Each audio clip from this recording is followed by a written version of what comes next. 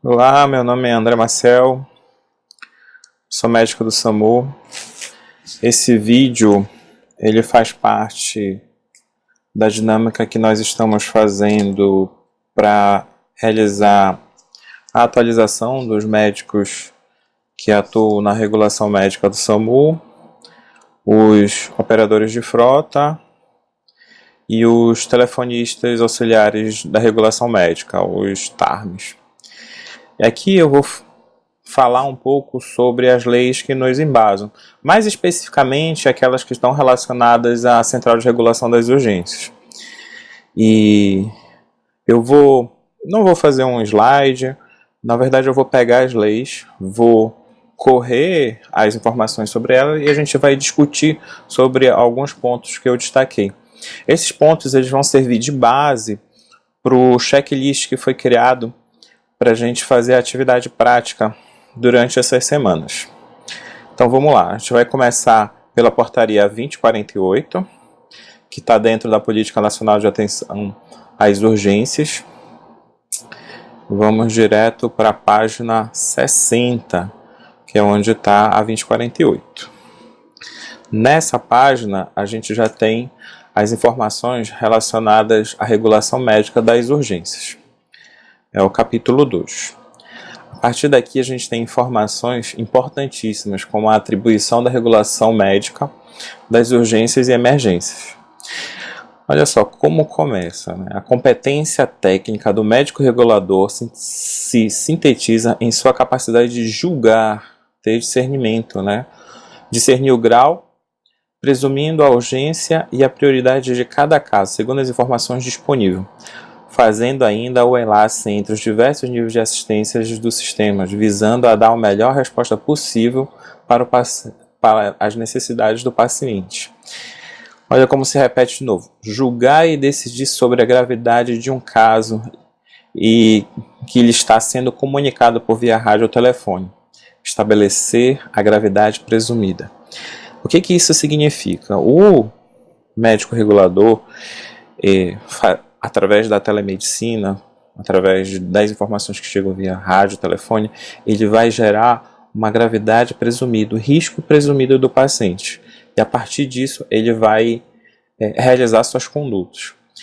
Uma coisa que é muito importante é esse ponto aqui: monitorar e orientar o atendimento feito por profissionais de saúde habilitados, seja o médico intervencionista, enfermeiro, técnicos, nossas USBs são formadas por técnicos, e acompanhar outras áreas, como os profissionais de segurança, bombeiro e ainda os leigos. Isso daqui significa que o médico regulador, ele não só passa a ocorrência, ele orienta ações. Por exemplo, um leigo que está na rua, que liga pedindo ajuda, ele quer uma ambulância, o pensamento dele é querer uma ambulância, porque ele acha que a ambulância vai resolver o problema.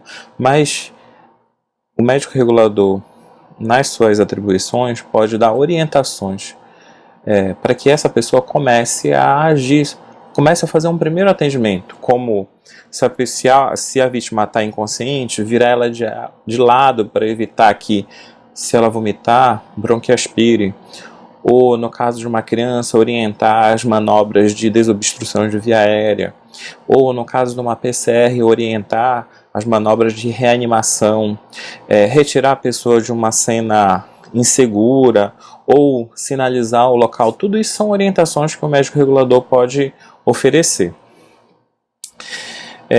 O médico regulador, ele julga a necessidade ou não do envio de meios móveis de atenção.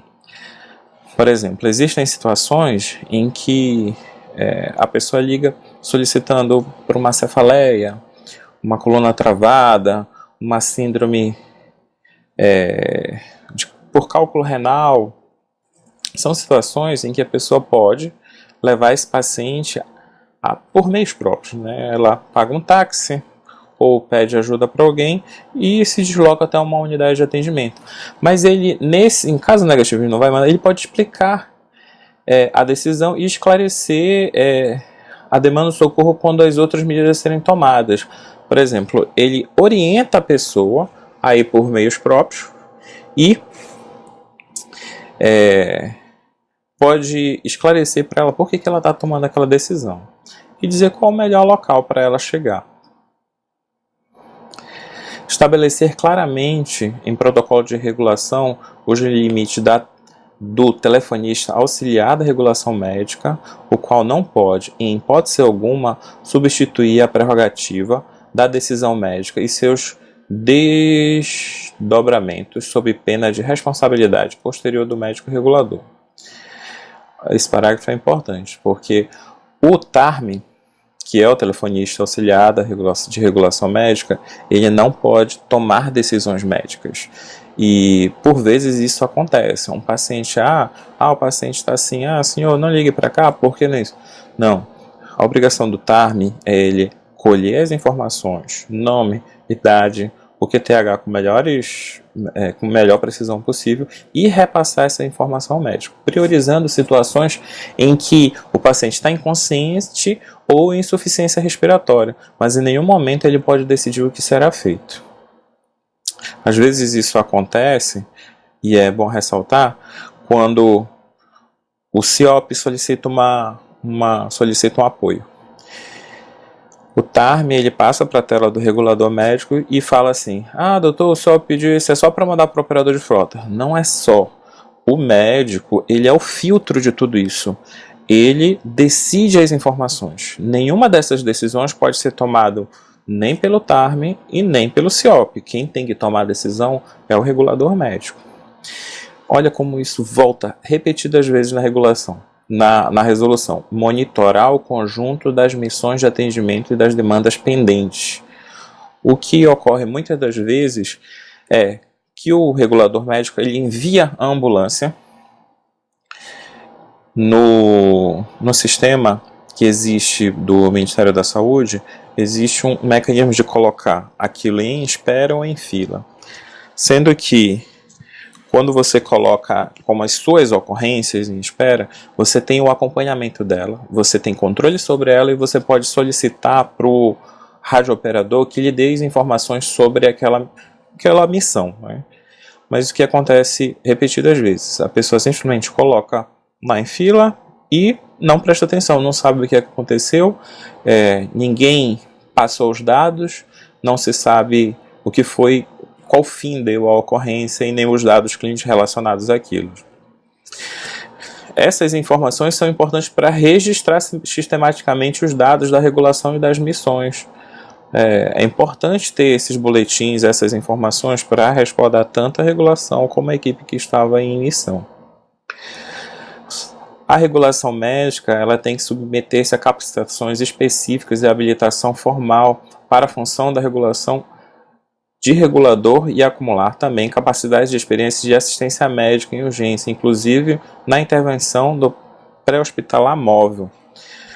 Ou seja, o médico regulador ele também tem que ter na sua mente a informação de como o médico intervencionista atua, para a partir disso ele tomar decisões e auxiliar o médico intervencionista, seja um médico mais jovem ou seja um médico que esteja em dúvida, que ele seja um apoio, seja o ponto de referência que vai ajudar eles. Muitas das vezes existe uma troca de conhecimento durante a ocorrência entre o médico regulador e o intervencionista. No final das contas, existe um consenso para que se chegue a uma ideia em comum, mas se existir divergências, a palavra final é do médico regulador. Então, em relação ao destino final, em relação à parte logística. Em relação à intervenção, ao que vai ser realizado no paciente, a palavra final é do intervencionista. Mas quanto ao deslocamento e destino final, a palavra final é do médico regulador. Só que para isso o médico regulador tem que saber o que está acontecendo na cabeça do médico intervencionista, tendo essa habilidade também. O que acontece muitas das vezes é que o médico intervencionista ele está percebendo um grau de gravidade. Esse grau, para ele lá, é alto, mas para o médico regulador não é tão alto assim. Então, o médico regulador de repente manda um paciente com fratura para o PS da 14, mas esse paciente ele tem uma informação adicional, é exposto, então é um perfil do metropolitano. Então essa informação é corrigida pelo intervencionista, que fala, olha, é uma fratura exposta, que é perfil do hospital metropolitano. Aí você chega a um consenso, para que não haja problemas, porque nem sempre o conhecimento imposto, ele é o conhecimento correto. Às vezes é incorreto, gera problema para a equipe, gera problema para todo o sistema, porque a ambulância vai ficar presa e depois ainda vai ter que se deslocar para outro hospital por uma decisão que não foi tomada de forma correta. As informações gestoras do médico regulador. Decidir sobre qual recurso deverá ser mobilizado frente a cada caso, procurando, entre as disponibilidades, a resposta mais adequada a cada situação, advogando assim pela melhor resposta necessária a cada paciente, em cada situação, sob o seu julgamento. E essa parte é muito interessante. Existem problemas de localizações do nosso suporte avançado. Eles são muito centralizados. Então, por exemplo, quando acontece uma ocorrência grave em Iquaraci, um paciente com rebaixamento do nível de consciência ou insuficiência respiratória que precisa de um suporte avançado lá, e o tempo de deslocamento é muito longo, então a gente vai procurar a resposta mais adequada para cada situação, a melhor resposta. Então, o que eu posso fazer? A melhor resposta é ter uma intervenção imediata. Então, se eu tenho uma USB, apesar dela não ter suporte para a situação, é mais interessante eu enviar a USB de imediato, porque já vai ter oxigênio, vai ter veia e vai ter material para poder fazer os primeiros atendimentos, seguido de um suporte avançado. Então, o paciente ele teve o melhor suporte oferecido naquele momento, oferecido pela USB, seguido do atendimento pela USA. Então, muitas das vezes, quando a gente envia uma USB para uma situação de USA, relacionados a isso, né? A USB ela está mais próxima, ela vai dar o melhor suporte imediato e depois a USA vai complementar esse suporte. Esse outro ponto aqui, que também é um ponto gestor, está relacionado à vaga zero. Então, decidir os destinos dos hospitais não aceitando a inexistência de leitos vagos como argumento para não direcionar os pacientes para a melhor hierarquia disponível em termos de serviços de atenção de urgência. Ou seja, garantir o atendimento nas urgências, mesmo nas situações em que inexistam leitos vagos para a internação de paciente. A chamada vaga zero para a internação deverá decidir o destino do paciente baseado nas planilhas de hierarquias pactuada e disponível para a região e nas informações periodicamente atualizadas sobre as condições de atendimento do serviço de urgência. O que isso acontece? Perfis. Cada hospital possui perfis. Um paciente que é um TCE grave, que vai necessitar de um hospital de referência com médico especializado de atendimento de urgência e de exames de urgência, existem locais específicos para isso. Por exemplo, esse paciente ele é perfil do metropolitano. Se o metropolitano diz que ele está lotado, ele não pode fechar as portas para o SAMU, porque é a premissa da vaga zero.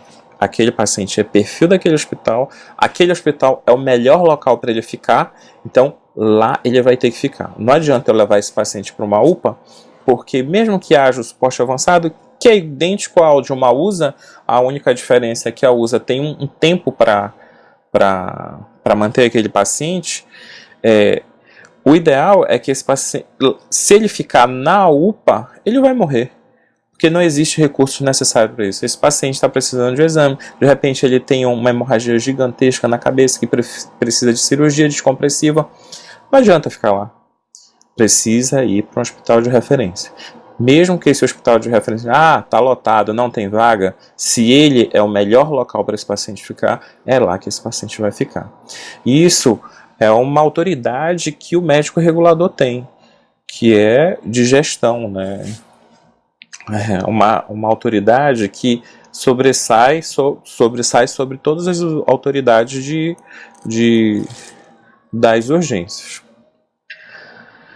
O médico regulador ele pode acionar os planos de atenção de desastres que estejam pactuados com os outros órgãos interventores frente a situações excepcionais, coordenando o conjunto de atenção médica das urgências. Isso é um sistema que aqui é apenas um parágrafo, mas ele é extremamente complexo. Lidar com outras instituições e pactuar essas informações leva muito tempo e leva também um sistema de parcerias em que o SAMU precisa desenvolver. O regulador médico ele pode exercer autoridade de regulação pública das urgências sobre a atenção pré-hospitalar móvel privada, sempre que esta necessitar conduzir pacientes do setor público, sendo o pré-hospitalar privado responsabilizado pelo transporte e atenção do paciente até o seu destino definitivo no sistema. Esse parágrafo ele quase nunca acontece na nossa realidade. O que seria? Uma ambulância privada que pegou um paciente do setor público, por exemplo, na rua, pegou um paciente atropelado, fez o primeiro atendimento. Então, essa ambulância poderia ligar ao 192 e solicitar o destino para esse paciente. E a gente ia fazer um contato prévio. Mas, geralmente, o que eles fazem? Eles pegam o paciente e já levam direto para alguma unidade pública. A regulação do setor privado de atendimento pré-hospitalar. O setor privado de atendimento pré-hospitalar das urgências emergentes deve contar obrigatoriamente com centrais de regulações médicas próprias, médicos reguladores e de intervenção, a equipe de enfermagem, assistência técnica e farmacêutico para cada serviço de atendimento clínico. Isso são as regulações das unidades particulares, não nos interessa agora. Vamos para a página 81. Pegar as informações de lá. Essas informações, elas são base para a nossa atuação.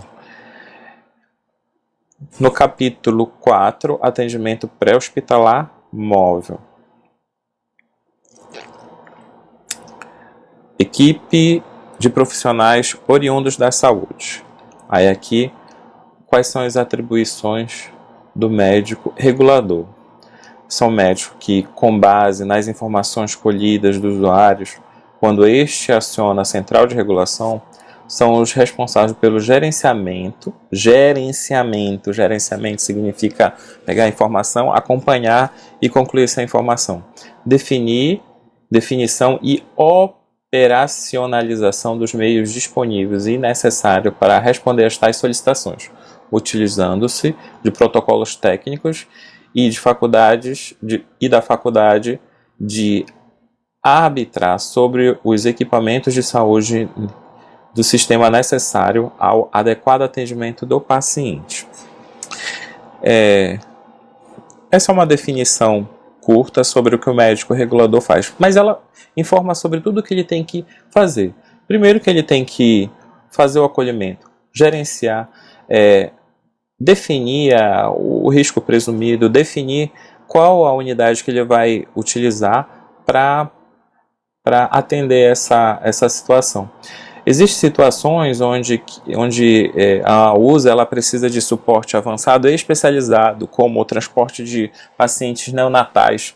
Então, é de suma importância saber informações precisas, como peso, os dias de nascimento, informações mais minuciosas sobre o paciente, para ver se vai necessitar de ventilação específica, o ventilador específico, isolete, material neonatal específico, bomba de difusão, para fazer o atendimento. Então, o regulador ele também tem que estar atento a essas situações, sobre quais recursos são necessários na ambulância. Às vezes, ele só sabe sobre o caso clínico e não conhece nada da ambulância. O médico regulador ele tem que ter conhecimento sobre os materiais que existem dentro de uma ambulância, seja suporte básico ou avançado. Página 88.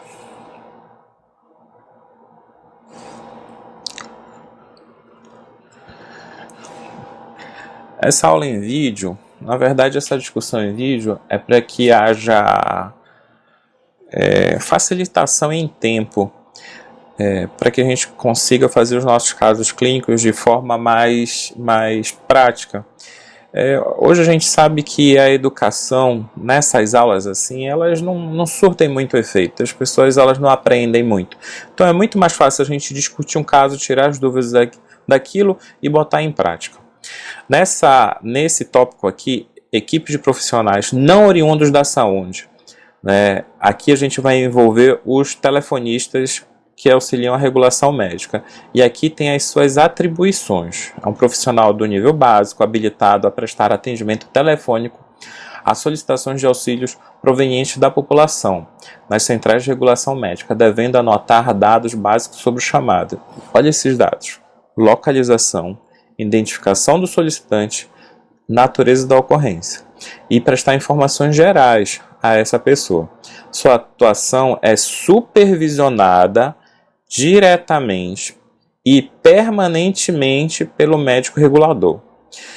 Isso daqui significa que tudo que o TARM faz, o médico regulador pode ficar atento, é supervisão. Ele não pode tomar decisões médicas lá no telefonema sem passar informação para o médico.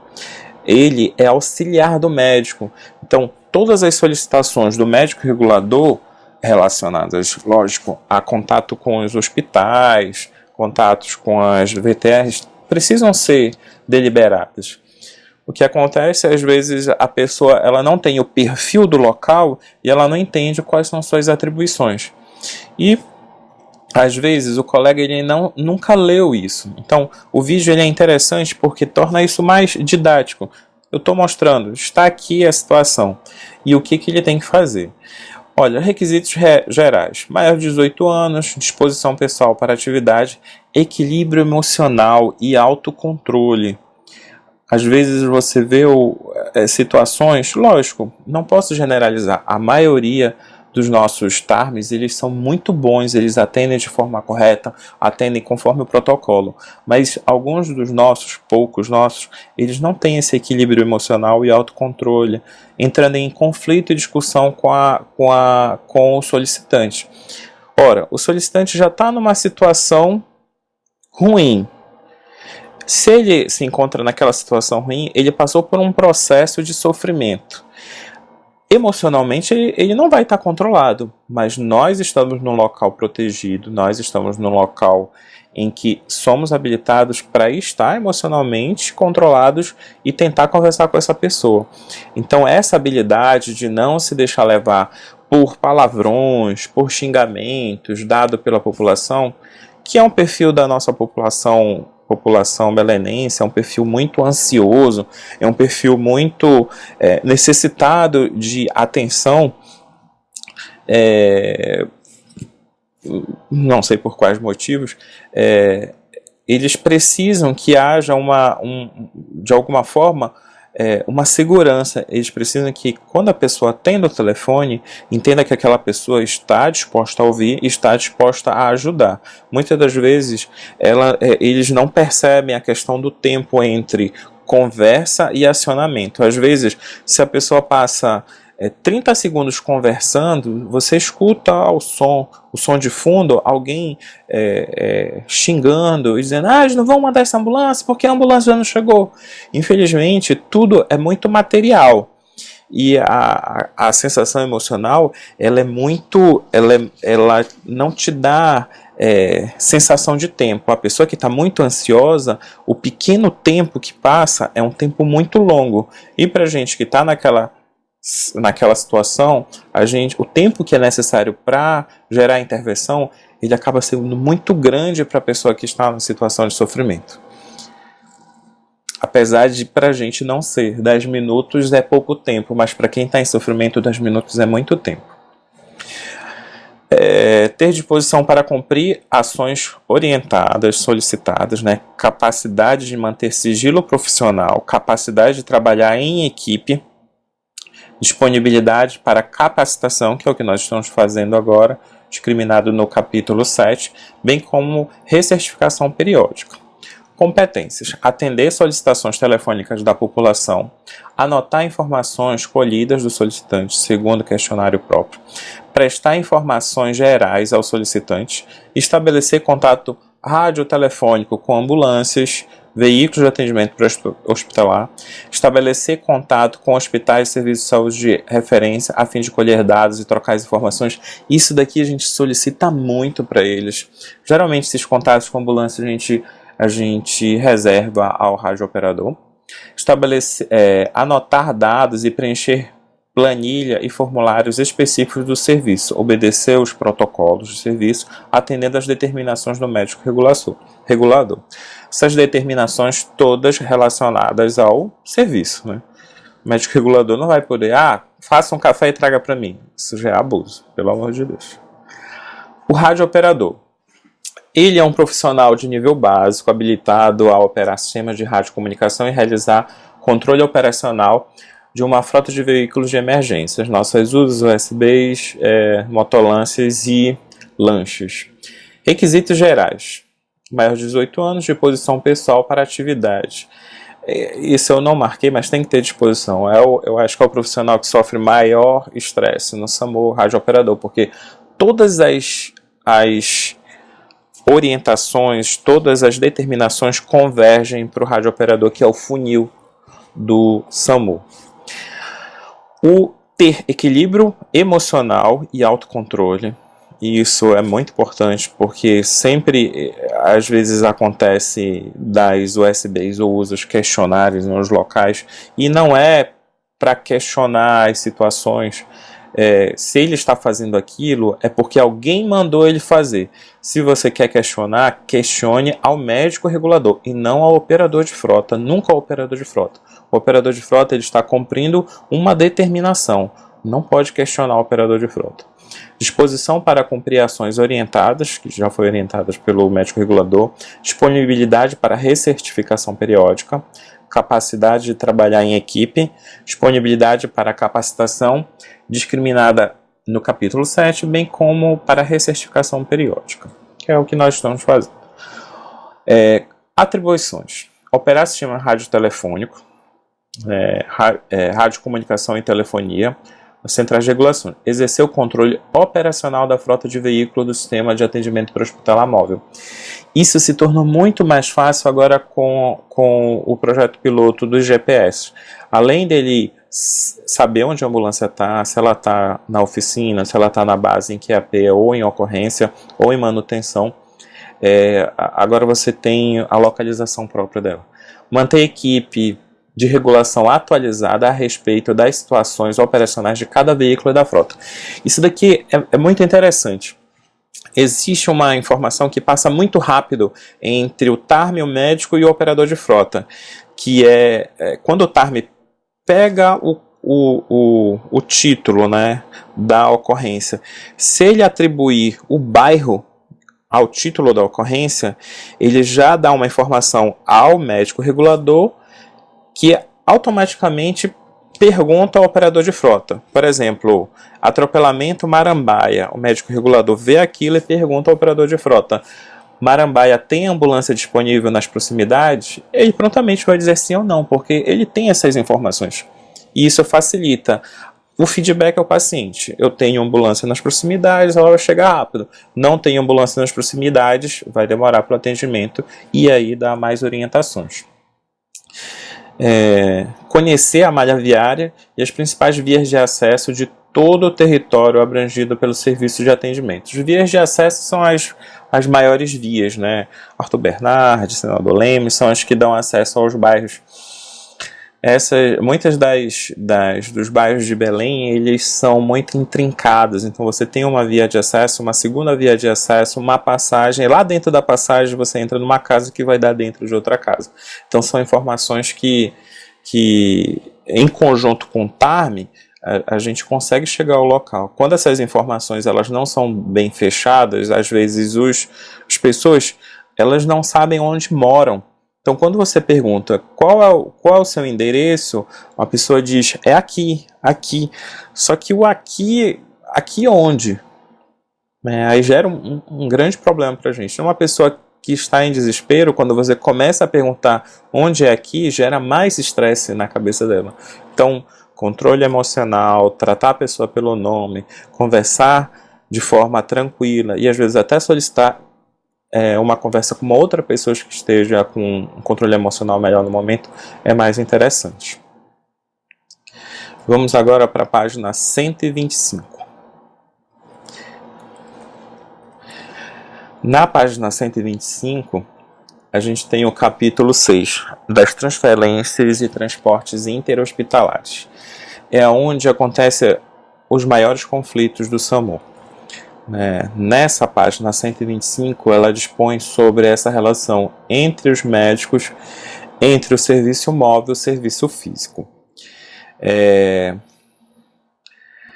Vamos lá, alguns conceitos. A transferência de pacientes de serviços de saúde de menor complexidade para o serviço de referência de maior complexidade, seja elucidação diagnóstica, isso daqui baseia as tomografias, punções, as avaliações, intervenção clínica, cirúrgica em unidade de terapia intensiva, transferências, para que as condições locais de atendimento combinadas, a avaliação clínica de cada paciente assim exijam. E também existe uma transferência de locais de maior complexidade para de menor complexidade, com o mesmo intuito. Aqui, geralmente, o que acontece é a gente levar de um hospital de menor complexidade, uma UPA, para um hospital de referência, ou para um hospital já de retaguarda, o que acontece com maior tranquilidade. Vamos lá, vamos continuar. Diretrizes técnicas, responsabilidade, atribuições do serviço e do médico solicitante. Quando eu leio isso, meu Deus do céu, médico solicitante geralmente é o médico da porta de uma UPA ou de uma OMS ou de um hospital de referência que vai mandar o paciente para um hospital de referência. Mas geralmente os médicos de hospitais de referência, eles conhecem essas diretrizes de contato prévio com um hospital, com outro hospital. Mas os outros médicos, eles desconhecem isso. Provavelmente não se vê na faculdade e quando entra no serviço de urgência, seja nessas UPAs, não se tem o cuidado de ministrar essas informações. No SAMU, todas essas informações elas são dadas porque elas são essenciais para o funcionamento de serviço. O médico responsável pelo paciente, seja ele o plantonista, diarista ou o médico assistente, deve realizar as solicitações de transferências à central de regulação e realizar contato prévio com o serviço potencialmente receptor. Por exemplo, o paciente está na UPA da Sacramento e ele quer transferir esse paciente para o Dom Vicente Zico. Então ele precisa fazer o contato prévio com o Dom Vicente Zico, garantir o recebimento desse paciente. Depois que ele faz o contato prévio, passa o caso clínico para o médico que vai receber. Aí ele liga para a central de regulação do SAMU e solicita a ambulância para transferência. Pelo motivo de muitos médicos solicitantes informarem um caso clínico para o médico receptor e informarem um outro caso clínico para o SAMU, o que nós realizamos? Nós entramos em contato com o médico receptor, adicionamos uma etapa adicional, confirmamos se os dados clínicos passados para o SAMU são os mesmos dados clínicos repassados para o médico receptor. Quando você não faz essa etapa, você corre o risco de chegar com um paciente que não tem nada a ver com o que o médico receptor está esperando. E, por exemplo, um paciente com insuficiência renal num hospital que não tem suporte para dialisar, não adianta transferir. Então, você tem que atentar para isso. Às vezes existe muita resistência do médico receptor em conversar com o SAMU, mas é necessário você fazer esse contato para evitar problemas. Não remover paciente em risco iminente de vida. Isso é sobre o médico solicitante, tá? Sem a prévia e obrigatória avaliação e atendimento respiratório, hemodinâmico e outras medidas urgentes específicas para cada caso, estabilizando o paciente e preparando para o transporte. Então, isso daqui Para os médicos que trabalham nas USAs é interessante. Paciente instável, que tem uma chance de morrer na ambulância, não foi estabilizado, ele está respaldado aqui por este parágrafo da portaria. Já existem situações em que existem pressões na secretaria. O médico da UPA conhece o coordenador da UPA, que conhece um coordenador do SAMU, e começa a fazer pressões para esse paciente ser transportado. Lembre-se, a informação final é que o paciente precisa estar estável. O CRM está acima da instituição SAMU. Então, é melhor manter o CRM na sua carteira, porque você pode trabalhar em outras instituições, do que você levar um paciente e ele morrer, a família lhe responsabilizar pela morte desse paciente, e ela vai estar certa, e você ter o seu CRM cassado. Nenhuma coordenação está acima da decisão médica sobre estabilização da vida do paciente. A vida é a última instância, as coordenações não são. As coordenações mudam, você volta para o serviço e tudo fica normal. Mas a sua decisão de não levar um paciente em instabilidade e risco de morte, ela é soberana sobre qualquer ato. Assim como existe a decisão soberana sobre um local de risco, em que a equipe pode se recusar a não ir para um local de risco, se um paciente vem instável, a equipe pode se recusar a não levar esse paciente. Seja qual for a decisão de coordenação, de outros médicos, vão ficar com raiva, infelizmente tem que estabilizar o paciente. Para diminuir isso, o que acontece muito em ocorrências de mosqueiro, que você pede a transferência para um hospital daqui de Belém, aí você faz uma viagem de 1 hora e chega lá, o paciente está instável. O médico do SAMU, ele pode se colocar numa situação de médico auxiliar. O médico que está na unidade é o médico assistente, e o médico do SAMU, ele pode se tornar um médico auxiliar. Ele não responde, quem responde é o médico assistente. Conversa: doutor, posso lhe auxiliar a estabilizar esse paciente? O médico assistente: pode, doutor. Então você pode tomar medidas cabíveis. Informa a regulação: vou pegar acesso central, vou passar droga vasoativa, vou entubar o paciente, vou fazer volume, vou estabilizar o paciente, vou passar meia hora a 1 hora aqui estabilizando o paciente. Isso é uma situação excepcional. Você já fez uma viagem de 1 hora para fazer esse transporte. Às vezes é melhor você estabilizar do que você voltar para a cidade por 1 hora e depois estabilizar o paciente e você vai mais 1 hora de volta. Então você perdeu 2 horas viajando e você poderia ter perdido 1 hora estabilizando o paciente. É questão de bom senso. O médico solicitante, ele tem que esgotar seus recursos antes de acionar a central de regulação e outros serviços do sistema local regional. O que acontece às vezes paciente em PCR, aí não se fez nada ainda, e chama o SAMU, mas você tem que tentar fazer alguma coisa pelo paciente, tá? A decisão de transferir um paciente grave é estritamente médica e deve considerar os princípios básicos do transporte, quais sejam: não agravar o estado do paciente, garantir sua estabilidade e garantir transporte com rapidez e segurança.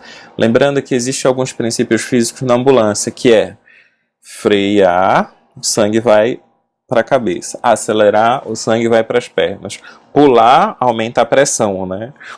E fora os movimentos laterais que geram sintomas de cinetose no paciente.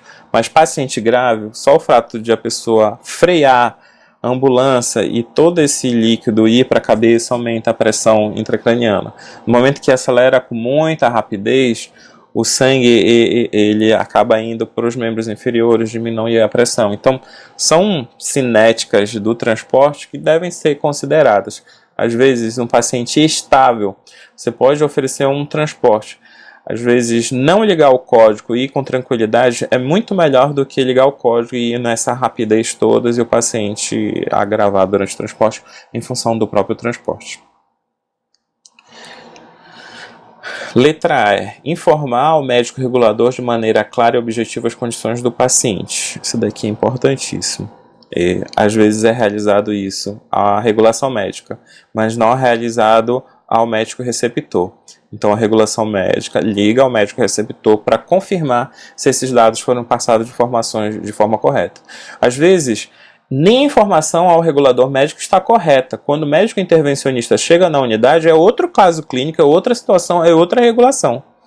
Então, o médico intervencionista fala a verdade para o regulador, que fala a verdade para o receptor. Muitas vezes esse receptor ele bloqueia o recebimento do paciente porque o caso clínico foi passado de forma que não tinha relação com a realidade. Elaborar documento de transferência que deve acompanhar o paciente durante o transporte e compor ao prontuário a unidade receptora. Médico solicitante, que é a guia de referência. Tem que ter carimbo legível e assinatura do solicitante. Isso daqui nem sempre acontece, obter a autorização escrita do paciente ou responsável pela transferência. Poder-se-á prescindir dessa autorização sempre que o paciente não esteja apto para fornecê-la ou não esteja acompanhado do possível responsável. Isso daqui deveria ser botado em prática, porque aí o responsável assinaria. Muitas vezes o que nós fazemos é esclarecer ao responsável quais são os riscos do transporte. Vamos lá. A responsabilidade da assistência ao paciente transferido é do médico solicitante até que o mesmo seja recebido pelo médico da unidade responsável pelo transporte, nos casos de transferência em viatura de suporte avançado à vida, ou até que o mesmo seja recebido pelo médico do serviço receptor, nos casos de transferências em viatura de suporte básico à vida, ou viaturas de transporte simples. No início da responsabilidade do médico da viatura de transporte ou do médico da unidade receptora, não cessa a responsabilidade da indicação e avaliação do profissional da unidade solicitante. Aqui, o que ele quis dizer? A responsabilidade de transferências em suporte básico é do médico que enviou até o receptor, e da transferência de suporte avançada é do médico que enviou até entregar ao intervencionista. Só que esse médico que enviou não cessa, esse parágrafo diz que não cessa a responsabilidade sobre essa transferência. No caso de transporte de paciente de suporte básico à vida, para a unidade de apoio diagnóstico terapêutico para a realização de exames e tratamento, o paciente apresentar intercorrência urgente, a responsabilidade pelo tratamento, estabilização da unidade que está realizando o procedimento. Esse parágrafo ele é confuso, porque mais lá na frente a gente vai ver que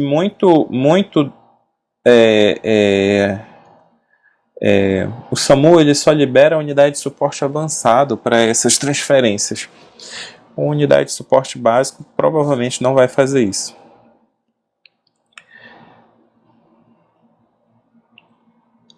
Nos casos de transporte de paciente crítico para a realização de procedimentos diagnósticos terapêuticos, no caso esse serviço situa-se em clínica desvinculados da unidade hospitalares, o suporte avançado à vida será garantido pela equipe da unidade de transporte, que é no caso das tomografias. Nos locais em que a central de regulação já está em funcionamento, nenhum paciente deverá ser transferido sem contato prévio com a mesma ou contrariando sua determinação. Isso daqui é o que acontece em Belém, né? Então, todas as transferências elas precisam ter contato prévio, é obrigação. Nos casos de transferência realizada pelo setor privado ou serviço ou empresa solicitante, deverá ser responsabilidade do transporte, deverá se responsabilizar pelo transporte do paciente, bem como pela garantia da recepção do mesmo no serviço receptor, obtendo as especificações técnicas estabelecidas no regulamento. Ou seja, o setor privado quer enviar para um setor público, esse parágrafo ele tira todas as dúvidas que muitas pessoas têm. Um paciente ele está no Hospital do Exército ou no Porto Dia e tal, não tem plano de saúde para pagar para estar ali. A unidade particular, ela se responsabiliza pelo transporte até uma unidade pública, desde que a unidade pública aceite esse paciente, tenha sido realizado o contato prévio. Atribuições da regulação do médico, da central de regulação. Médico regulador, que é o mais importante para a gente. O acionamento e o acompanhamento das unidades e equipe de transporte. Tá? Utilizar, isso daqui nem precisa explicar, eu já expliquei umas 3 vezes, acompanhamento, acompanhamento.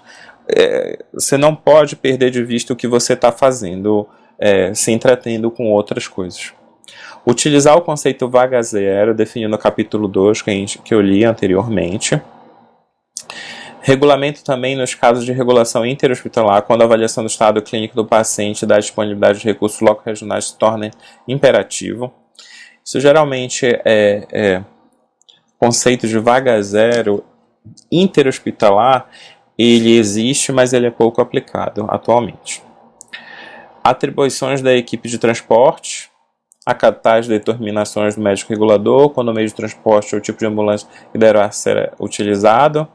Isso daqui é importante até mesmo quem é radiooperador, para quem está entendendo. Se foi definido para mandar USA, é para mandar USA e não USB. Se é definido para mandar USB, é para mandar USB e não USA. Isso daqui é importantíssimo.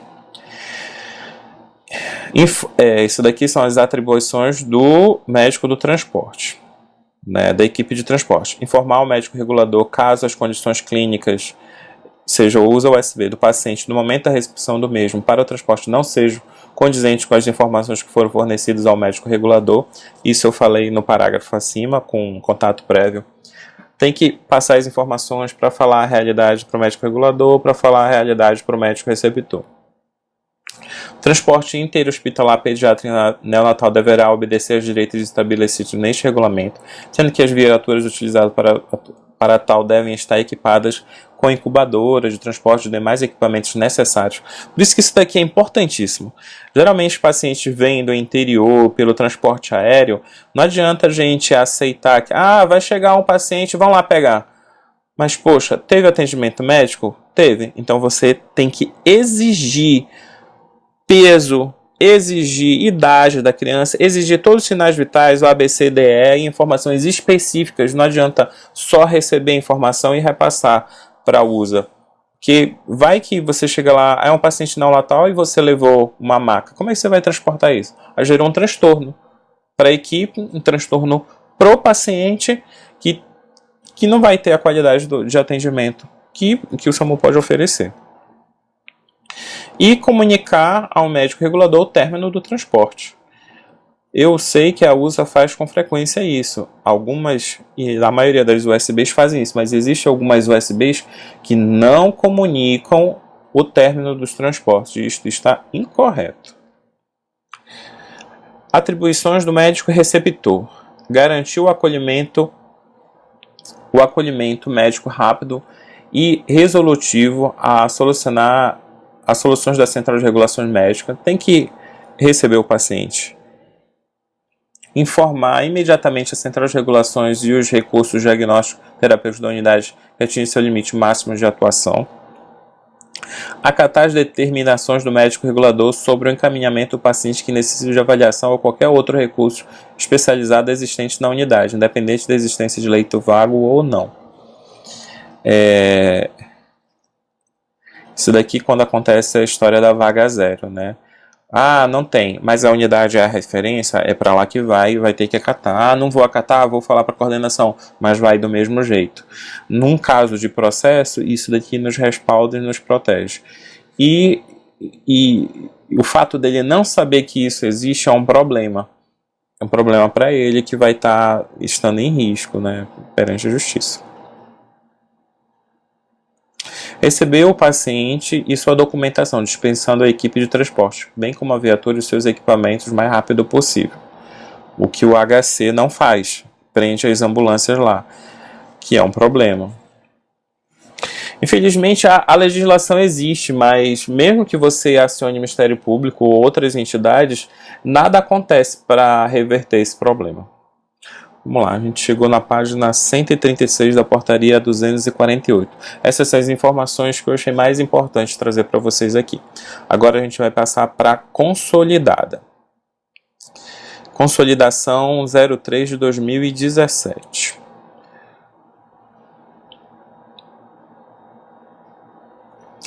Essa consolidação, ela revogou, né, a 2657 de 2004 e fez com que ela fizesse parte dessa consolidação, que é uma portaria imensa, que fala sobre tudo sobre as urgências e emergências. Então, se a gente pegar o anexo 4 do anexo 3, a gente vai falar sobre a regulação médica das urgências. E a gente já começa por esse trecho aqui, potencial organizador sobre o funcionamento geral do sistema. No momento que você não organiza, manda a ambulância para cefaleia, coluna travada, diarreia, todas essas coisas que a pessoa pode se locomover por meios próprios, você tira da pessoa que precisa de ambulância. E essa pessoa que precisa de ambulância tem o risco de morte. E essa pessoa pode morrer. Então você desorganizou o sistema e você definiu a morte de outras pessoas pelo simples fato de mandar uma ambulância para situações que não são necessárias. Informações iniciais, mas vamos ao que eu acho mais interessante. Atribuições específicas da regulação médica. Identificar necessidades por meio da utilização de metodologia adequada e classificar os pedidos de socorros oriundos da população geral a partir de seus domicílios ou de vias e lugares públicos. A atribuição do médico regulador é identificar, qualificar e classificar os pedidos de socorro oriundos de unidades de saúde. Tá vendo? Domicílio, unidade pública, unidade de saúde. Julgar a sua pertinência e exercer telemedicina sobre o que for necessário. Discernir sobre a urgência e gravidade do risco de todas as solicitações. Aí aqui você tem a classificação, né? Hierarquizar a necessidade, decidir sobre as respostas mais adequadas sobre cada demanda, são as decisões. Depois eu vou lá embaixo, no POP de Campinas, eu vou falar como a gente toma essa decisão de forma bem tranquila. Monitorar, mais uma vez. Acompanhar as ocorrências, monitorar e orientar o atendimento feito pelas equipes de suporte básico e avançada. O que acontece? Mais uma vez, você faz a ocorrência, envia e esquece que ela existe. Não, você tem que acompanhar. Deu um tempo, onde está a uso? Ela está precisando de necessidade? Você tem que ser um médico atuante, você tem que fazer o que é definido. Notificar as unidades que irão receber pacientes, informando as equipes médicas receptores das condições clínicas do paciente os possíveis recursos necessários. Isso daqui a gente só faz quando é em paciente muito grave. Ou às vezes quando a USB solicita. Na regulação médica a gente sempre tem que estar atento às situações. A prioridade sempre são as situações que estão acontecendo. Não são situações que tirem nossa atenção. Vamos continuar. E é basicamente isso. Essas informações elas estão contidas nessa consolidação número 3. Essas informações são interessantes para os TARMs, que é a questão dos trotes e enganos. O chamado deverá ser registrado, mas não contabilizado como caso nas ligações que podem ser encerradas sem interveniência pelo médico regulador.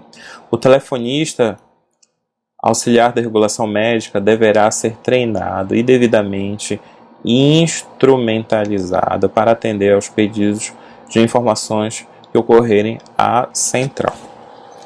São informações bem tranquilas sobre o TARM. E eu acho que o TARM, fazendo o trabalho dele, que é bem estabelecido, não há confusões, não há... O grande problema do TARM é a questão do controle emocional mesmo, que a população ela pressiona e às vezes dá um estresse maior.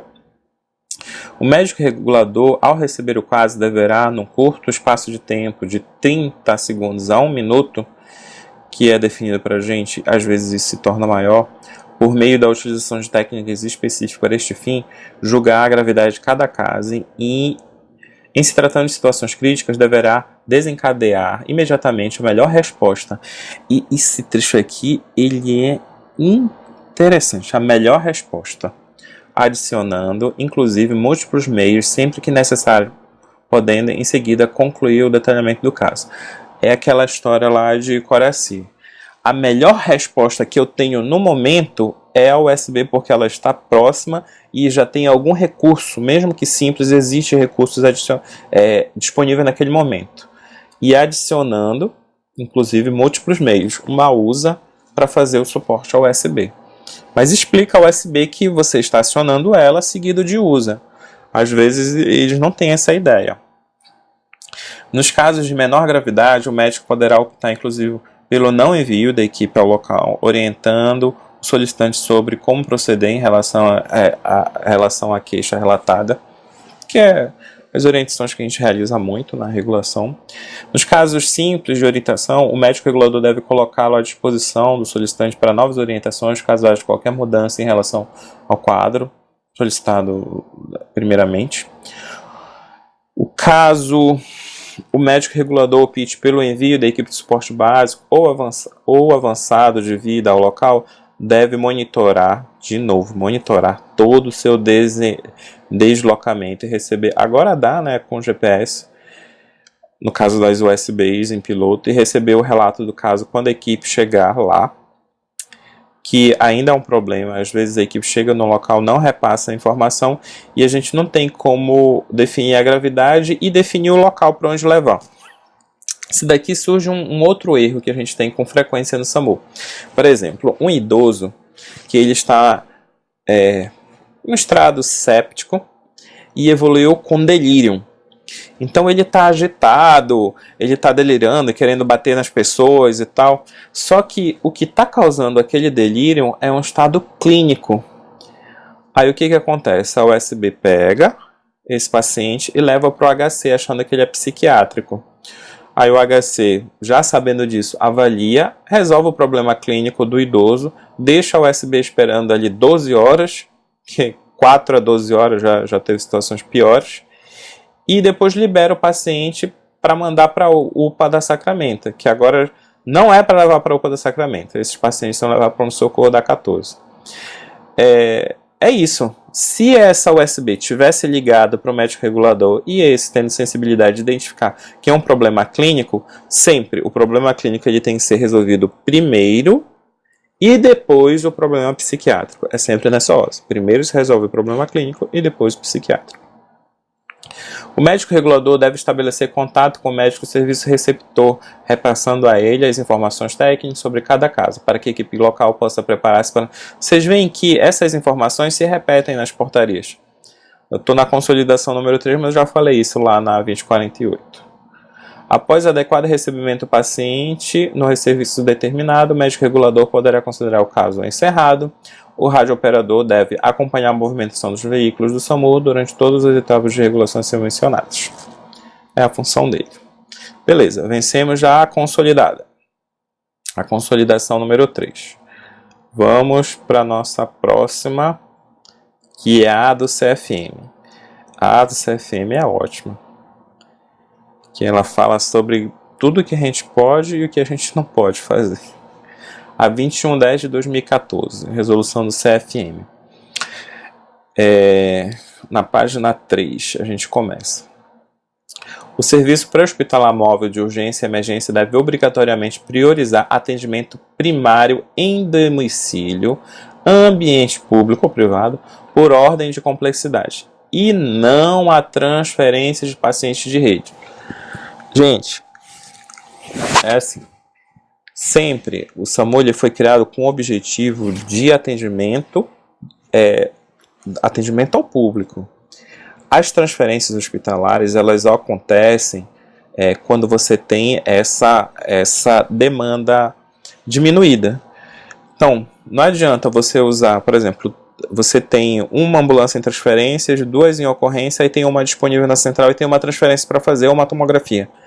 Ah, não vou liberar. Não, não é para liberar. Você precisa deixar essa ambulância disponível para, se acontecer alguma coisa no ambiente público ou domiciliar, que ela seja utilizada para isso. No momento que tiver mais ambulâncias disponíveis, 2 na central, 203, 204 disponíveis, aí você faz a transferência. Porque a falta daquela ambulância não vai implicar em situações graves na rua. Tá?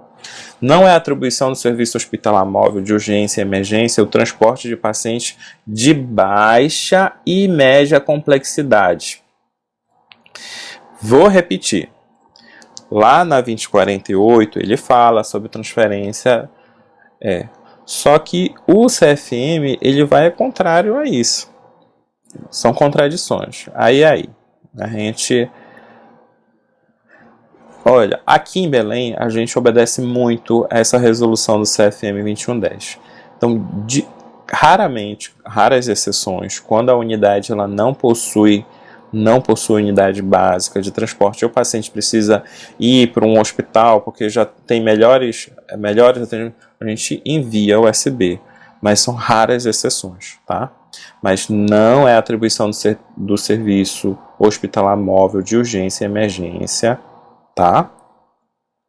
Ou transporte de pacientes de baixa e média complexidade na rede, assim como o transporte de pacientes para a realização de exames complementares. Quem faz isso, por exemplo, na UPA, são as baratinhas, aquelas ambulâncias tipo A, devendo ser acionado apenas para transporte de pacientes de alta complexidade. As USAs, pacientes entubados para fazer os exames, que é o que nós fazemos.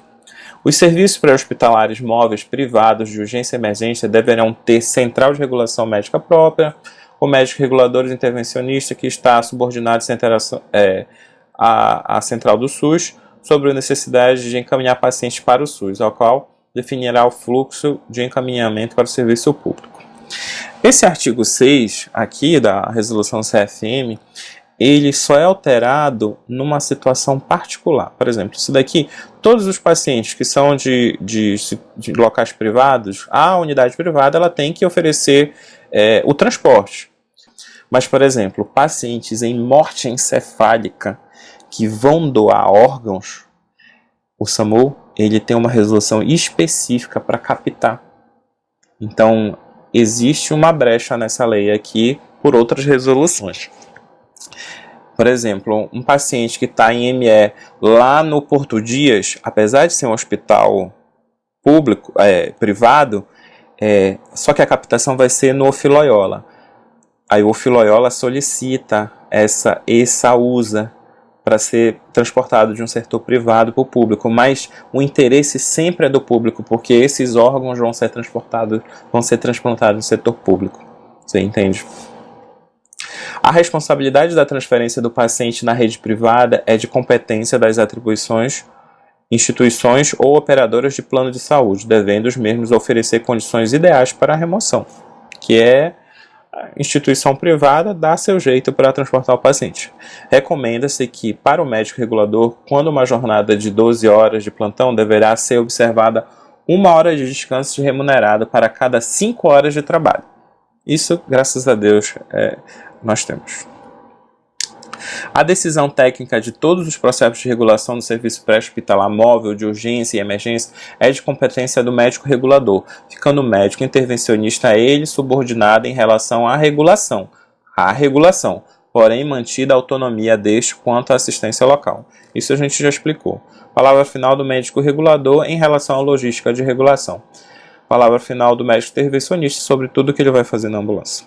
O médico regulador, assim como o médico intervencionista pré-hospitalar móvel, terá a função de supervisão médica direta ou à distância nas intervenções conservadoras dos bombeiros, agentes de defesa, os policiais, definindo conduta e destino do paciente.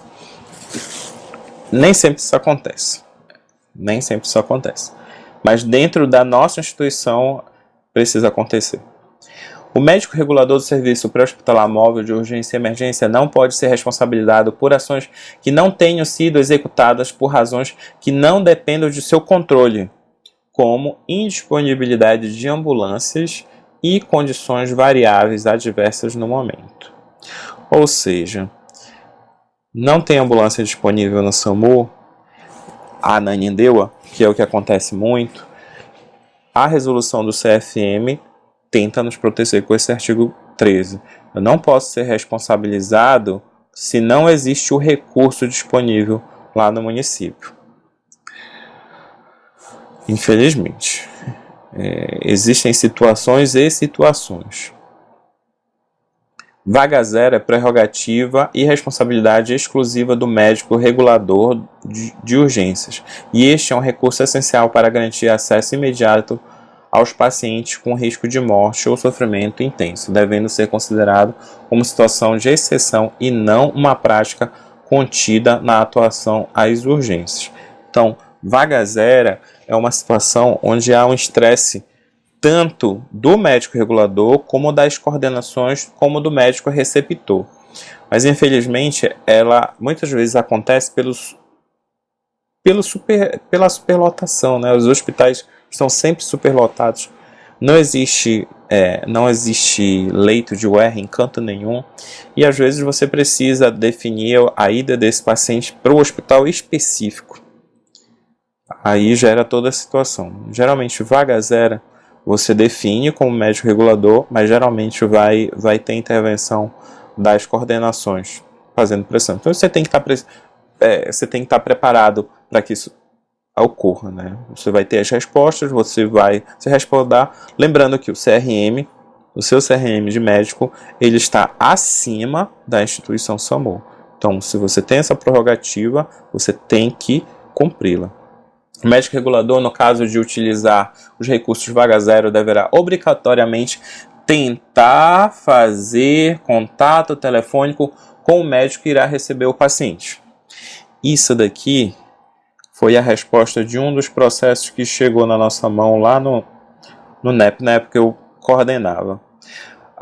Uma das UPAs, ela perguntou por que o médico do SAMU chegou com um paciente grave lá, sem fazer o contato prévio. E a resposta foi bem simples, muito simples. Vocês não atendem o telefone. Então, tentar fazer o contato telefônico com o médico que irá receber o paciente no hospital de referência, determinando o quadro, justificando o encaminhamento, ele tem que acontecer. A gente tenta, mas se a unidade receptora não atende o telefone, não existe como isso se concretizar. Isso a gente pode adicionar mais informações e fazer o contato o mais rápido possível, assim que for possível. E geralmente esse contato o mais rápido possível já é com o médico intervencionista na porta. O médico, a equipe pré-hospitalar móvel do móvel de urgência e emergência frente às situações de riscos evidentes, deverá solicitar ao médico regulador que acione a Força de Segurança Pública, de forma a garantir sua segurança. Na falha dessa segurança, tem que avaliar o não atendimento. Não adianta passar, olha doutor, é um FAF lá no Tapanã, o paciente assim. Aí a ambulância vai perguntar assim, cena está segura? Tem força policial no local? Não tem. Poxa, infelizmente, a minha vida é mais importante do que a instituição SAMU. Infelizmente. Então, se o agressor está no local, existe a possibilidade de eu ser agredido e morrer, eu prefiro não ir. Observadas as condições de segurança, o médico intervencionista é a autoridade na assistência ao paciente, obrigatoriamente assumindo a responsabilidade do atendimento do doente, mesmo no caso de que não médicos estejam no local realizando o mesmo, como civis, bombeiros ou qualquer outra força policial. Antes existia um conflito entre os bombeiros e o SAMU sobre o atendimento do paciente. Hoje em dia eu já percebo que o bombeiro ele consegue fazer a diferenciação entre o USA e o ACB. Ele pergunta, nessa ambulância tem médico? Tem. Ele imediatamente solicita que o médico entre na ambulância dele, avalie e ele provavelmente vai passar esse paciente para a USA. Isso tem acontecido com frequência. Paciente muito grave, na ambulância de resgate do bombeiro, o bombeiro sabendo que é um suporte avançado, eu não sei se eles foram orientados, mas eles com frequência têm feito isso. Eles chamam a USA, avalia se o paciente precisar de... Eles ajudam, fazem tudo. Já não existe mais esse conflito de cada um pega o paciente e leva logo, não. Todo paciente transferido de uma unidade de saúde para hospitais de maior complexidade deve ser acompanhado por relatório completo do quadro clínico legível e assinado com o número de CRM do médico assistente da unidade que enviou, que passará a integrar o prontuário do hospital de destino. Isso são os relatórios. Geralmente, quando faço a transferência, eu pergunto, cadê os papéis? Aí eu avalio se tem isso e envio o paciente. A equipe de atendimento pré-hospitalar móvel de urgência e emergência, ao chegar na unidade de saúde de referência com o paciente, deve passar todas as informações clínicas do mesmo, bem como o boletim de atendimento por escrito ao médico, no caso do paciente grave, na sala de reanimação, ou ao enfermeiro. Olha só, interessante. Ou ao enfermeiro no caso de pacientes com agravo de menor complexidade para serem classificados no setor de acolhimento com classificação de risco. Isso é ao enfermeiro, que é a questão da paciente lá, já clínicos, né, que a gente chega na UPA, ou diretamente para o médico na UR. É de responsabilidade do médico. Gente, eu estou passando os parágrafos e eu estou falando das informações que geralmente que geralmente dão mais problemas. Mas como esse material vai para a mão de vocês, leem todos os parágrafos com maior precisão. É de responsabilidade do médico receptor da unidade de saúde que faz o primeiro atendimento ao paciente grave da sala de reanimação liberar a ambulância e a equipe juntamente com seus equipamentos, que não poderão ficar retidos em nenhuma hipótese. Mas a gente sabe que o local já está em vaga zero e já não tem mais recursos, só tem uma régua, aí infelizmente vai ter que ficar os recursos lá, a gente repõe e depois passa. Já não existe mais tanto conflito sobre isso. O SAMU, por ter materiais reservas, já não precisa mais baixar a ambulância porque perdeu um desfibrilador, um respirador para a unidade que ficou com o paciente grave. Essa informação, o artigo 3, fala sobre a questão do IML, né? O médico intervencionista, quando envolvido em atendimento que resulte o óbito, está mais para o intervencionista, né? Suposta causa violenta ou natural, homicídio, acidente, suicídio, morte suspeita, deverá obrigatoriamente constatá-lo, mas não atestar. Neste caso, deverá comunicar o fato ao médico regulador: olha, o paciente morreu, que adotará as medidas necessárias para encaminhamento do corpo para o Instituto Médico Legal. Aí a gente aciona. Essa situação, ela assim, chega na situação, o cara tá morto, é só a gente que tem lá, a regulação vai acionar uma autoridade policial, a gente só sai do local quando tiver uma autoridade policial no local, que a gente não pode deixar o corpo só para a população ali, que é abandono de corpo. Isso gera processo, e processo pesado. Então a gente precisa deixar uma autoridade policial, lá seja civil ou militar, que fique cuidando desse corpo, e ela que vai acionar o IML. Aqui, em caso de atendimento de paciente que resulte de morte natural, com ou sem assistência médica, o óbito ou o óbito fetal, que se estiver envolvido, o médico intervencionista deverá observar o disposto na resolução do CFM, em relação ao fornecimento de declaração de óbito. A gente não precisa declarar o óbito, a gente pode solicitar o serviço de verificação de óbito, que está incluído aqui na IML também. Antes a gente era obrigado, deixa eu ver aqui,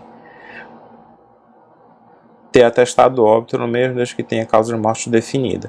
Mas agora ninguém mais é obrigado, pode solicitar o sistema de verificação de óbito. E concluímos a resolução do CFM 2110, as informações mais importantes. Aí aqui a gente vai emprestar algumas informações do POP Campinas de 2016. O nosso POP está sendo redigido, ele é bem parecido com o de Campinas. São informações específicas do POP Campinas. Elas estão mais relacionadas ao TARM e ao operador de frota. 14. Etapas de regulação médica. Primeira etapa. Isso daqui são etapas importantes por TARM. E eu fiz questão de frisar isso porque foram etapas que eu copiei para o nosso checklist, né? Orientações gerais para o recebimento dos chamados telefônicos. Atender o chamado em primeiro toque do telefone, que não acontece. Identificar-se ao solicitante, né? Bom dia, Central 92, o que você deseja? Perguntar e registrar o nome do solicitante. Chamar pelo nome, não tu, você, a senhora. Registrar as informações relativas ao chamado de acordo com o nosso roteiro, né? Utilizar as expressões simples, evitando termos técnicos, informações desnecessárias. Falar compassada e claramente, com a entonação de voz agradável. Que são problemas que a gente tem, às vezes o TARM, ele se altera com o estresse emocional do solicitante, mas não é para a gente se alterar, a gente é pago lá para ficar tranquilo. a gente sabe que a sala de regulação não é tranquila, é um inferno aquilo, mas a nossa obrigação é tentar passar a tranquilidade para fazer com que a pessoa passe a informação necessária para a gente chegar no local. Procurar manter o controle da conversação desde o início. Na maioria das vezes o solicitante está ansioso para ter seu problema resolvido. Ajude-o claramente a se expressar. Perguntas diretas e retas. Senhor, responda as perguntas. Preste atenção. Responda as perguntas. Onde o senhor está? São termos utilizados pelos melhores termos. Orientar o solicitante de maneira clara e precisa, procurar obter sua colaboração. Lembrar que, usualmente, as primeiras informações proferidas pelo solicitante traduzem provavelmente fatos mais fidedignos relacionados ao agravo. Isso daqui se replica até em situações já com o médico. Às vezes o solicitante fala, é uma bobagem, a gente não manda a ambulância. Aí ele liga de novo, do mesmo telefone, dizendo que já está infartando. Então, é ruim, que a pessoa mente para ter o atendimento, só que ela não sabe que está prejudicando outra pessoa. A localização, registrar rapidamente o endereço, detalhando o solicitante de forma mais precisa possível, incluindo os pontos de referência, tentar detectar os trotes, crianças, né, outros adultos que fazem isso, passar o caso imediatamente para o médico regulador em situações em que você perceba insuficiência respiratória, diminuição do nível de consciência. Dá para você definir as origens da solicitação domiciliar, via pública, se os solicitantes são leigos, profissionais de saúde, né, profissionais não médicos, da área de saúde ou médicos. Quando você tem um profissional médico no local, muitas das vezes, e isso não é sempre, as informações são bem fidedignas.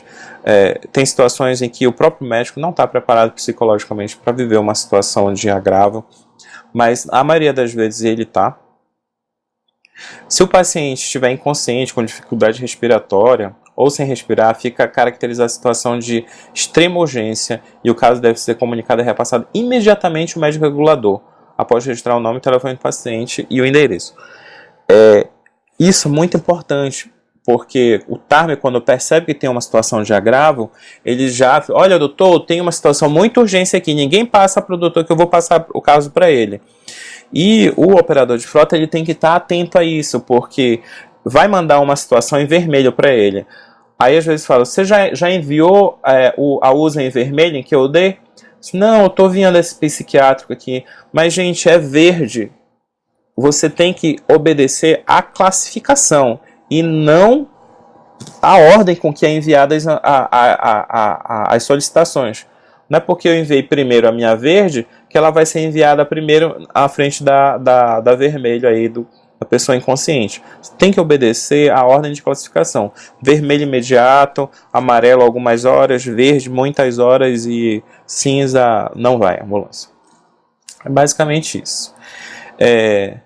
Isso daqui são conceitos sobre urgência e emergência, só que o que é mais interessante é essa equação aqui. Como a gente raciocina, né? A urgência do atendimento está muito relacionada à gravidade do caso, né? É possível a gente perceber a gravidade, só o fato de o paciente não estar consciente, não estar respirando, isso é um fator que aumenta muito. O tempo para iniciar o tratamento, por exemplo, quanto menor o tempo exigido, maior a urgência. Por exemplo, você está com um paciente que já está, às vezes acontece de estar um idoso, desidratado, desnutrido, e você quer mandar uma USB para que ele tenha um atendimento. Mas essa ocorrência ela vai em verde, porque o tempo que ele levou para acontecer isso é muito grande. Mas um paciente com TCE grave, que necessita de ação imediata, a urgência ela tende a ser maior. Quando você tem a gravidade e sabe que precisa de um tempo rápido, você sabe definir os recursos. Quanto mais recursos necessários, maior a urgência. Né? Mandar uma USA que é cheia de bagulho lá dentro, cheia de recursos, você sabe que é um paciente muito grave. Né? E o valor social também implica nessa urgência aqui. Às vezes você tem uma valência social muito grande, às vezes é criança, é grávida, o idoso que eu acabei de falar, é uma personalidade pública, é um artista, é um servidor. Aí isso daqui aumenta muito a urgência. Então, a pressão social que envolve o atendimento inicial pode muitas vezes justificar o aumento do grau de urgência de um caso simples, só pela valência social. Muita gente, muita interferência. E aqui os nossos níveis. Vermelho é muito grave, ele tem que agir de forma imediata. Então você tem que mandar a ambulância de forma imediata, em QUD. Muitas das vezes a gente manda uma USB em vermelho. Poxa, se já está em vermelho e é algo para ser resolvido imediato, será que isso não justifica a dispensação de uma USA, no caso da falta de uma USB? Eu acho que a gente já está agindo dessa forma. O nível amarelo você necessita de atendimento imediato, mas dentro de algumas horas. O verde pode aguardar várias horas, não é tão imediato assim. E o nível preto ou cinza está relacionado às orientações. Muitas das vezes a gente nem classifica esse paciente. Bom, tendo essas informações na cabeça sobre as nossas legislações, eu vou apresentar para vocês o checklist das nossas aulas práticas. E vai ser esse daqui. As nossas práticas elas vão ser baseadas em atendimento primário, simulados. A gente vai pegar um operador de frota, um TARM e um médico para fazer o atendimento, desde casos simples, passando por casos complexos, passando por psiquiátrico, pediatra, obstétrico, transferências, tomografias. E aqui é o nosso checklist. Esse checklist foi feito com base em toda essa legislação que nós fizemos. Então a gente começa aqui. O checklist do atendimento primário, é esse aqui. O checklist do contato prévio e o checklist das transferências e avaliações. No atendimento primário, em relação ao TARM, como eu li lá no POP de Campinas, coletar o nome e idade do paciente, checar a solicitação, chamar o solicitante sempre pelo nome, coletar o motivo do atendimento, orientar que será atendido pelo médico via telefone. Às vezes a pessoa liga para o SAMU, nunca ligou para o SAMU, ela não sabe que precisa conversar com o médico, utilizar expressões simples e diretas, falar sem alterar o tom de voz, demonstrando calma, coletar o endereço detalhado, geralmente o bairro, via em que mora, o perímetro, rua antes e depois, ponto de referência, né, algo que tenha próximo, a via principal de acesso. Durante o cadastro, inserir o título da queixa juntamente com o bairro. Isso agiliza muito a comunicação entre o médico regulador e o operador de frota. Então, o TARM, só o fato dele fazer isso, ele já está interferindo em toda a ação. Se ele fizer isso, ele já está acelerando o atendimento desse paciente. Tentar identificar os trotes pelos números cadastrados, como foi orientado. Priorizar o chamado que, caso seja identificada gravidade imediata, em casos que o paciente está inconsciente, que não respira ou respira com dificuldade. Doutor, peguei um caso aqui. Então, todo mundo já fica atento para essa situação. O checklist do regulador médico é a estratificação de risco. Esse checklist ele é baseado no nosso dia a dia. Aqui, ao invés da gente começar, seria vias aéreas, né? Se fosse um ABCDE. Mas a gente começa pela responsividade do paciente. Então você já tem uma avaliação neurológica no nível de consciência do paciente. Se ele está falando, se ele não está falando, se ele está inconsciente ou consciente, isso vai depender muito do que a pessoa vai falar. Avaliação respiratória, está respirando, não está respirando, cor da pele, está roxo, doutor, está roxo. Não está respirando, às vezes a pessoa não consegue perceber se a pessoa está respirando ou não. Avaliação circulatória, geralmente por sinais indiretos, diaforese, que já envolve palidez, sudorese, pele fria, sangramentos visíveis, né? Avaliação de outros dados clínicos associados, como as deformidades em ações traumáticas, lesão de face, ou dados adicionais, hipertenso, diabético, uso de medicações. É importante a gente ter informações de segurança da cena, se o agressor está no local, é um local que precisa de apoio do CIOP, se o CIOP já está no local. O tempo entre o acionamento e o chamado. Faz muito tempo que o senhor ligou? Não, acabou de acontecer.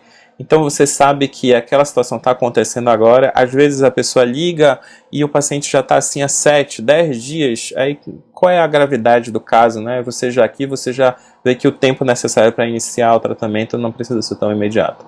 Número de vítimas, e aqui um raciocínio rápido, que são aquelas informações que a gente pegou lá no POP. Gravidade do caso, nula, baixa, média, você já sabe, paciente consciente vai definir a validade. Recurso necessário, quanto maior a gravidade, maior o recurso, mais complexo. Né? O tempo para iniciar o tratamento é iniciado, curto, longo. Esse tempo define muito as cores de avaliação e o valor social. Né? Aí classificar o risco, vermelho, amarelo, verde, azul, cinza, que tem os seus tempos de liberação. Né? Liberar a VTR para o operador de frota, se sim, qual. Né? Acompanhamento do carro, caso supervisão.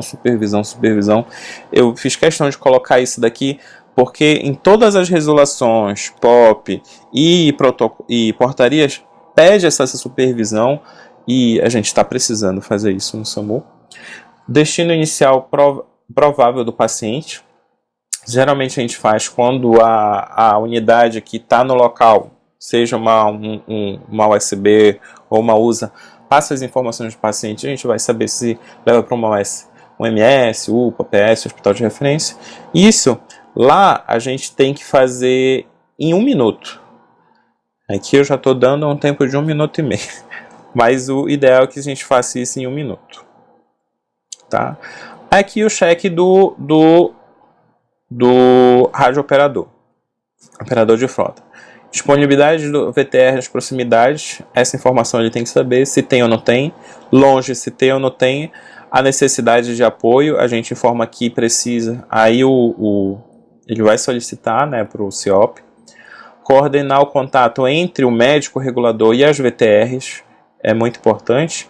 Acompanhar as VTRs com as informações de rádio e agora com GPS. E o tempo de envio conforme a classificação de risco. Sempre priorizando vermelho, depois amarelo, verde e as que não são enviados. Aqui a gente passa para um segundo checklist, que é o checklist do contato prévio. O médico regulador solicita ao TARM contato prévio com a unidade receptora. O TARM realiza o contato prévio com a unidade receptora e solicita o contato direto com o médico que vai receber, ou com a regulação local, isso vai depender da gravidade. Se for uma gravidade menor, regulação. Se for uma gravidade maior, médico receptor. Atento aos nomes e funções dos responsáveis locais. Funções dos responsáveis locais. Porque não adianta tu ligar, ele dizer sim, mas quem foi? Aí chega lá, ninguém sabe, ninguém viu. O médico regulador repassa todos os dados clínicos informados pela equipe da USA ao médico receptor ou à regulação do hospital, para que eles se preparem, né? E o médico regulador solicita ao OF que informe a USA USB o local de recebimento do paciente, o nome e o carro das pessoas que autorizou o recebimento, para que a gente se dirija diretamente para essas pessoas. Aí aqui vem o nosso terceiro checklist, que é a outra função que nós fazemos, que são as transferências e avaliações. Né? O TARM ele tem que coletar o nome, idade do paciente a ser regulado, coletar o nome do solicitante e o cargo, chamá-lo sempre pelo nome, né? Coletar o motivo da transferência ou da avaliação da tomografia, a origem e o destino, né? É importante. E essa origem e destino ela é muito interessante, já está na tela. Orientar que será atendido pelo médico. Né? Utilizar expressões simples e diretas e falar sem alterar o tom de voz, sempre isso. E o tempo de atendimento 30 segundos. Atualmente esse tempo de atendimento está sendo de 1 minuto e meio. O dos médicos geralmente é de 1 minuto. Aqui as informações importantes. Tratar cordialmente o médico solicitante para que não haja conflito. Coletar a impressão diagnóstica do paciente. Verificar se o acompanhamento ou acompanhante está no local de origem e coletar sinais vitais do paciente. Aí aqui vem vias aéreas, respiração, circulação, neurológico, extremidades, casos especiais, RNs, pacientes obesos, observar a necessidade de materiais especiais, isolete, bomba de fusão, solicitar apoio, tá? Aí você solicita ao médico regulador, solicita ao TARM contato com o médico receptor, confirma o quadro clínico, tem que confirmar não o recebimento, mas o quadro clínico, já falei isso diversas vezes. classifica a transferência, libera a viatura, acompanha o caso com supervisão, repassa os dados clínicos da USA, e o tempo de atendimento é variável porque é uma situação complexa. O checklist do operador de frota é muito similar aos anteriores, sempre acompanhar a VTR e coordenar esse atendimento. Aqui já são os casos clínicos. Espero que eu tenha ajudado e que esse vídeo seja útil para a educação de todos. Essa aula ela não vai ser dada no dia a dia, porque isso, para a gente maximizar o aprendizado, é melhor que a gente faça as práticas. Essa aula essa discussão, na verdade, vocês assistem a hora que vocês estiverem disponível. Beleza? Obrigado.